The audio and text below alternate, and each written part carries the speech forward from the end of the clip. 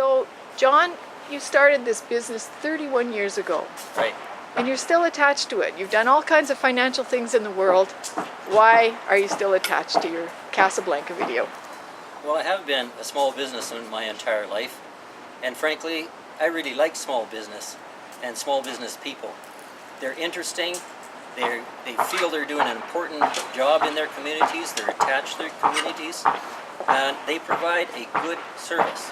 You don't get that sense with large, big box retailers. You don't feel that they're part of the community, that they live, work, and play in the community. And small business people are capable of doing so much and providing such better service. I just think small business is absolutely key to creating vital, vibrant communities. Now, when you've done your business revitalization zones, it's my understanding that you didn't turn to outside big forces like big government to do it. You actually went to the little people, if you like. Well, the small business people down here financed the entire thing. We actually collected extra money from each small business to start putting flower pots on the street, to do upgrades and wall murals, and basically put on the big summer festival that we started back in 1985. That model has grown to become festivals all over Alberta. Sun and Salsa, for example, Lilac Festival, hundreds of thousands of people enjoy that, and it's all put on by small business people. Small business people, local small business people, make such a great contribution to making our city much better, and I'm proud to have played a small role in all of that, and I think it's vital that we continue to foster and create vibrant communities that have vibrant and successful small business people in them. Now, one of the things you've talked about is the fact that taxes on small businesses seem to be very disproportionate. Like, how is that set up, and what could you do as mayor to help small businesses alleviate that burden? Well, I've been advocating on behalf of small businesses for my entire lifetime, basically, and I've always pointed out the great disparity with what is happening with the way that small business is being taxed.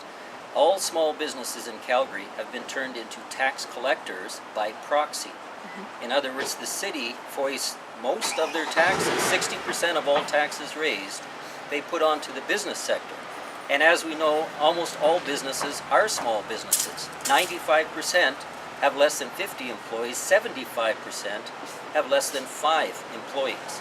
So to be taxing those little businesses tens of thousands of dollars a year with the expectation that they can just pass those costs along to their customers in the cost of higher goods and services, I think is basically a dishonest approach. It's a hidden sales tax that people are not aware of, and it's clobbering small businesses. This 30% tax increase is falling very heavily on the small businesses of Calgary, and they're not always able to pass those costs along, especially in these days of internet competition, where people can buy the product for much cheaper from companies on the internet that aren't paying any taxes to the city of Calgary. Now, the mayor, though, says that this is a very vibrant small business community. He keeps saying that we have one of the fastest growth rates of small business. Like, what's wrong with that? How come if there's such a big growth rate, why is there a problem? Well, see, it's really easy to discuss how many businesses are starting up. What you have to know is the other half of the equation. How many businesses are closing down?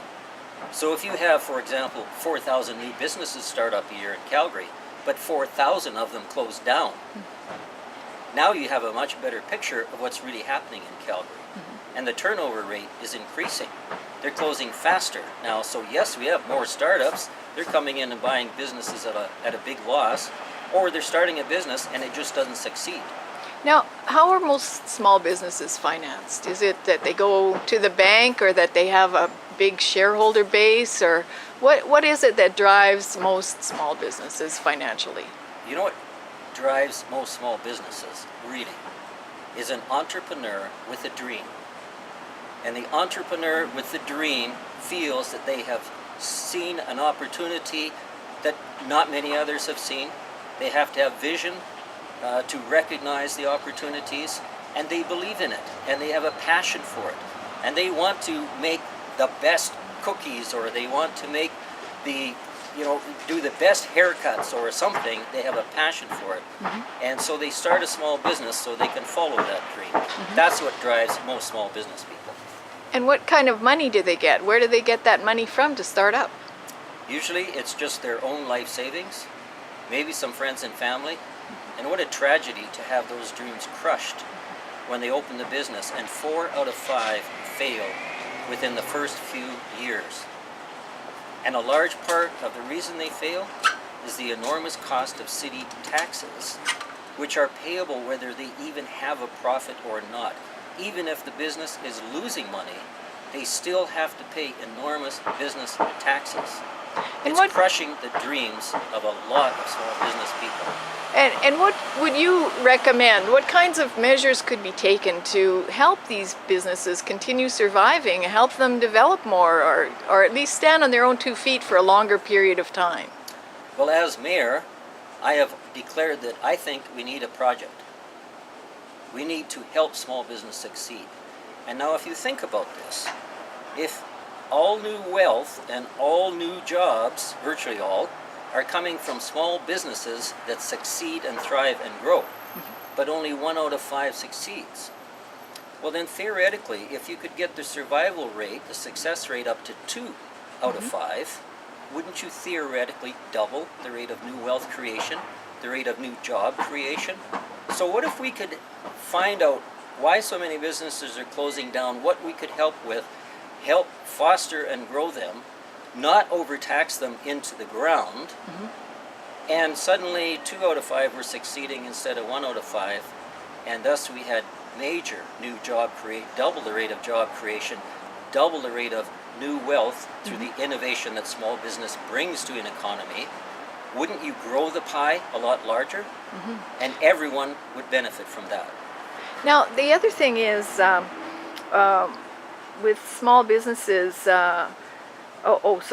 going back to Casablanca. Yes, going back to the origins of Casablanca and ethnic diversity in Calgary. Isn't it true that you have always brought films from around the world? Like, you have been sort of the global community here in Calgary long before there was really much of a global community in Calgary? Well, we do specialize in the hard to find, and we have videos and movies here from about 25 different countries.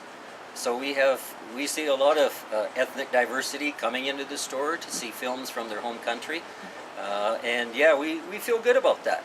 It's one of the pleasures of being in small business is when you know you're providing a service that people enjoy, that they like, that maybe wouldn't be provided otherwise. All small businesses bring something to the table that they can be proud of,